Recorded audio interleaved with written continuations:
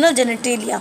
The female external genitalia and the you can say the external genitalia of females. ठीक है, तो ये देखिए ये डायग्राम है एक्सटर्नल जेनेटेलिया ऑफ फीमेल्स के बारे में.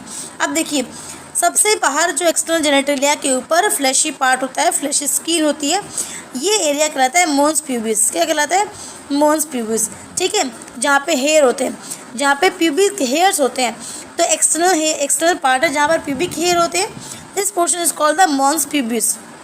अब देखिए मोन्स प्यूबिस के बाद ये देखिए ये क्या है?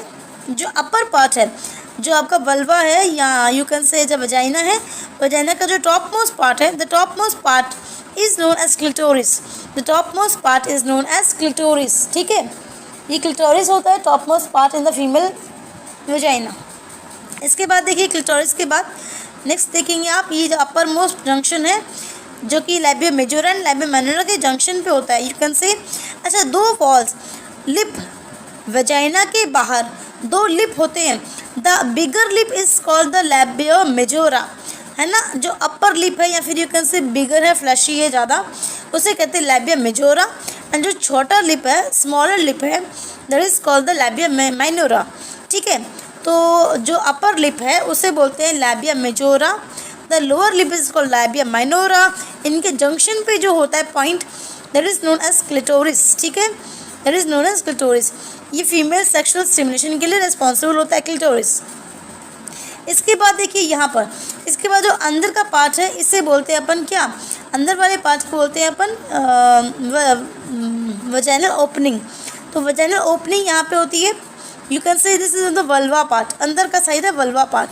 तो वल्वा में आपको दिखेगा यूरेथ्रा. यूरेथ्रा के लिए अलग, मतलब urethra is the external opening for urine excretion, है ना. तो यूरिन एक्सक्रीशन के लिए यूरेथ्रा है.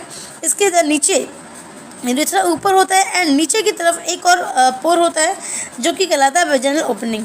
तो ये है वजाइनल ओपनिंग. ऊपर होता है यूरेथ्रल ओपनिंग यूरिन के लिए एंड नीचे होता है वजाइनल ओपनिंग, वजाइना ओपनिंग, जो कि पार्चुरेशन में बेबी डिलीवरी के लिए रिस्पॉन्सिबल है या फिर इनसेमिनेशन के लिए भी पैसेज की तरह काम करता है. ठीक है, अब देखिए जैसे कि हमने बात की थी, देखो नोट करके ध्यान से सुनना ये बात. हमने बात की थी मेल रिप्रोडक्टिव सिस्टम में, मेल में यूरिन पास आउट के लिए एंड इजैकुलेशन के लिए, स्पर्म रिलीज करने के लिए सिंगल पैसेज होता है. सिंगल एक पैसेज होता है, that is called urethral meatus. क्या कहते हैं उसको? Urethral meatus. मेल में इजैकुलेशन के लिए एंड यूरिन पास आउट के लिए सिंगल ओपनिंग होता है, that is called urethral meatus. Okay, and in female there are